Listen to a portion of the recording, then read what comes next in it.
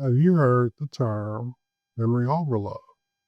This example, I will connect it to the division of integers, which is straightforward and nearly identical to the rules of multiplying integers.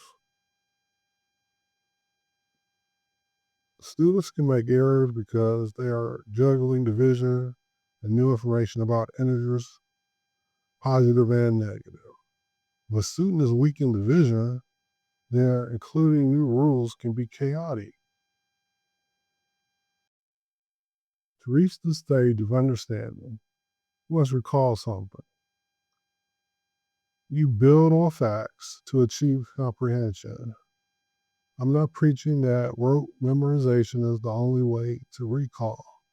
Depending on the subject, you can practice until you have a very strong foundation and aspects become second nature.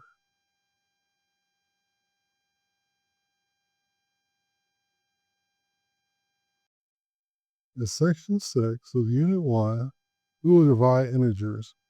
If the two integers are the same sign, then the answer will be positive, as you can see below or above. When dividing two integers with different signs, the answer will be negative. When you have more than two integers, if the number of negative integers is an odd number, then the answer will be negative.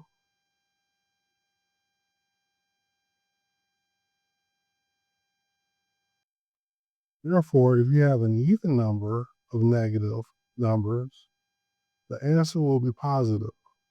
Or you can approach it step by step from left to right. It's extremely important that you divide from left to right.